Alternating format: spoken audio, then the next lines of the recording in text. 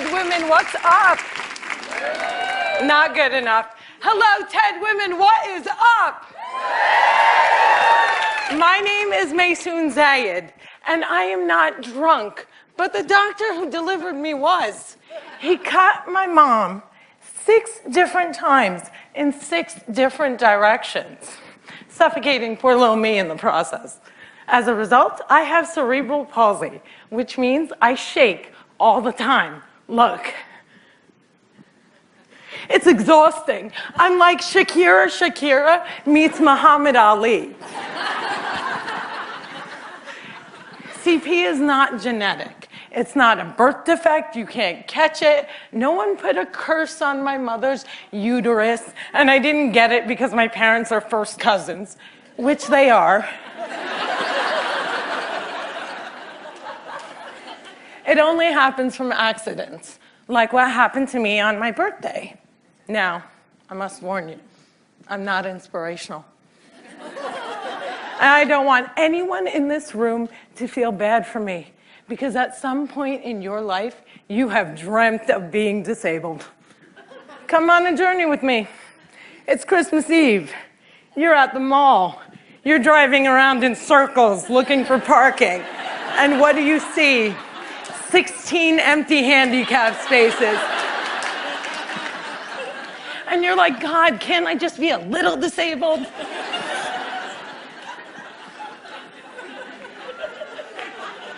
Also, I gotta tell you, I got 99 problems and palsy is just one. If there was an oppression Olympics, I would win the gold medal.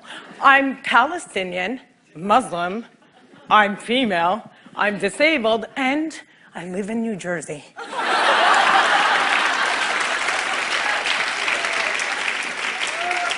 If you don't feel better about yourself, maybe you should. Cliffside Park, New Jersey is my hometown. I have always loved the fact that my hood and my affliction share the same initials. I also love the fact that if I wanted to walk from my house to New York City, I could. A lot of people with CP don't walk. But my parents didn't believe in can't. My father's mantra was, you can do it. Yes, you can. So, if my 3 older sisters were mopping, I was mopping. If my 3 older sisters went to public school, my parents would sue the school system and guarantee that I went too. And if we didn't all get A's, we all got my mother's slipper. My father taught me how I walk when I was 5 years old by placing my heels on his feet and just walking. Another tactic that he used is he would dangle a dollar bill in front of me and have me chase it. My inner stripper was very strong, and by the first day of kindergarten, I was walking like a champ who had been punched one too many times. Growing up, there were only 6 Arabs in my town, and they were all my family. Now there are 20 Arabs in town, and they are still all my family. I don't think anyone even noticed we weren't Italian.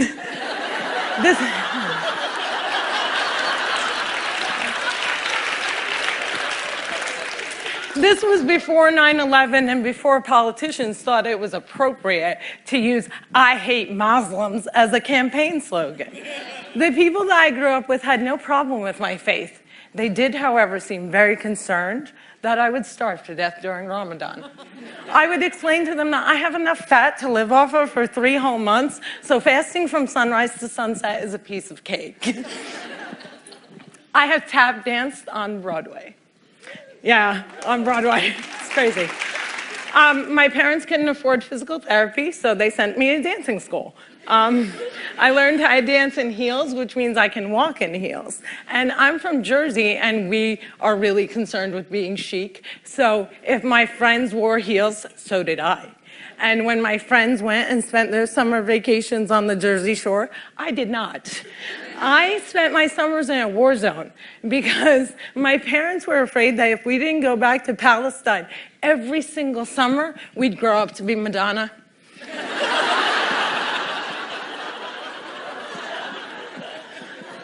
Summer vacations often consisted of my father trying to heal me. So I drank deer's milk, I had hot cups on my back, I was dunked in the Dead Sea, and I remember the water burning my eyes and thinking, it's working, it's working! But one miracle cure we did find was yoga. I have to tell you, it's very boring. But before I did yoga, I was a stand-up comedian who can't stand up. And now I can stand on my head. My parents reinforced this notion that I could do anything, that no dream was impossible. And my dream was to be on the daytime soap opera General Hospital. I went to college during affirmative action and got a sweet scholarship to ASU, Arizona State University, because I fit every single quota. I was like the pet lemur of the theater department. Everybody loved me. I did all the less than intelligent kids' homework. I got A's in all of my classes, A's in all of their classes. Every time I did a scene from The Glass Menagerie, my professors would weep. But I never got cast. Finally, my senior year, ASU decided to do a show called They Dance Real Slow in Jackson. It's a play about a girl with CP. I was a girl with CP. So I start shouting from the rooftops, I'm finally gonna get a part. I have cerebral palsy. Free at last, free at last. Thank God almighty I'm free at last. I didn't get the part. Sherry Brown got the part. I went racing to the head of the theater department, crying hysterically like someone shot my cat, to ask her why. And she said it was because they didn't think I could do the stunts. I said, excuse me, if I can't do the stunts, neither can the character.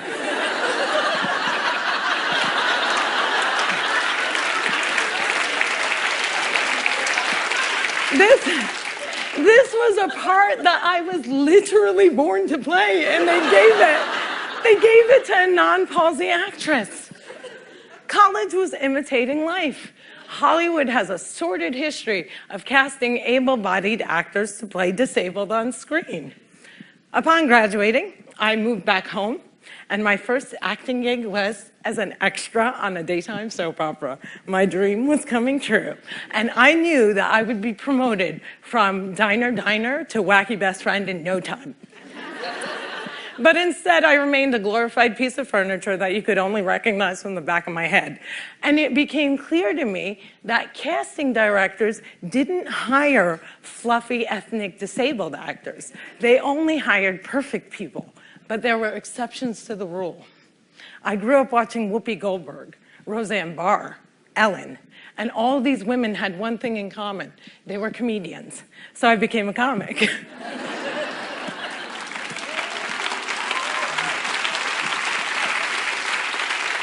My first gig was driving famous comics from New York City to shows in New Jersey. And I'll never forget the face of the first comic I ever drove when he realized that he was speeding down the New Jersey Turnpike with a chick with CP driving him. I performed in clubs all over America, and I've also performed in Arabic in the Middle East, uncensored and uncovered. Some people say I'm the first stand-up comic in the Arab world. I never like to claim first, but I do know that they never heard that nasty little rumor that women aren't funny and they find us hysterical. In 2003, my brother from another mother and father, Dean Obidala, and I started the New York Arab American Comedy Festival, now in its 10th year. Our goal was to change the negative image of Arab Americans in media, while also reminding casting directors that South Asian and Arab are not synonymous.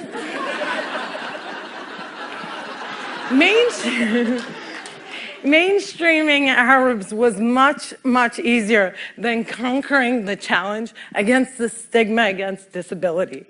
My big break came in 2010. I was invited to be a guest on the cable news show Countdown with Keith Olbermann. I walked in looking like I was going to the prom, and they shuffle me into a studio and seat me on a spinning rolling chair. So I looked at the stage manager and I'm like, excuse me, can I have another chair? And she looked at me and she went, 5, 4, 3, 2, and we were live, right? So I had to grip onto the anchor's desk so that I wouldn't roll off the screen during the segment. And when the interview was over, I was livid. I had finally gotten my chance and I blew it. And I knew I would never get invited back. But not only did Mr. Oberman invite me back, he made me a full-time contributor and he taped down my chair.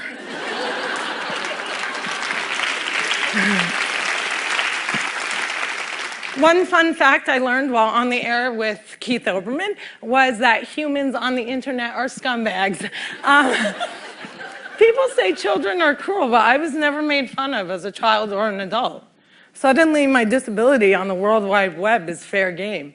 I would look at clips online and see comments like, yo, why is she tweaking? Yo, is she retarded? And my favorite, poor Gumby-mouthed terrorist, what does she suffer from? We should really pray for her. One commenter even suggested that I add my disability to my credits. Screenwriter, comedian, palsy. Disability is as visual as race. If a wheelchair user can't play Beyonce, then Beyonce can't play a wheelchair user. The disabled are the largest... Yeah, clap for them, man. Come on.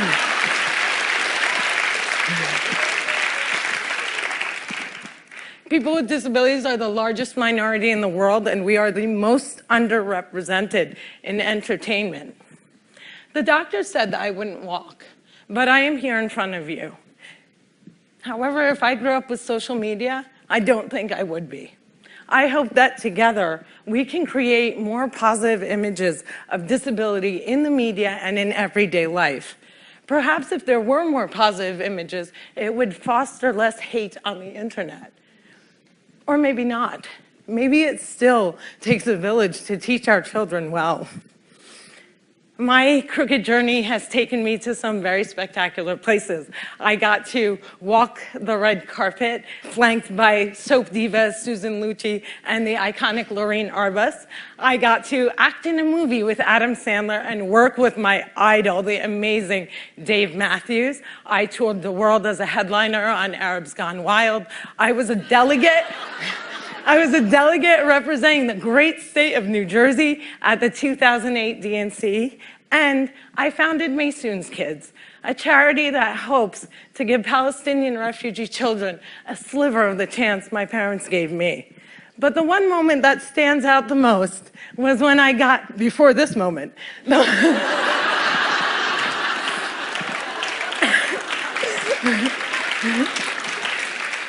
but the one moment that stands out the most was when I got to perform for the man who flies like a butterfly and stings like a bee, has Parkinson's and shakes just like me, Muhammad Ali.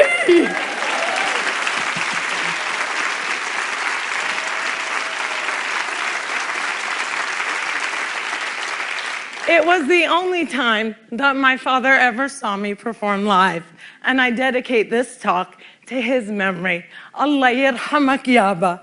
My name is Maysoon Zayed, and if I can, you can.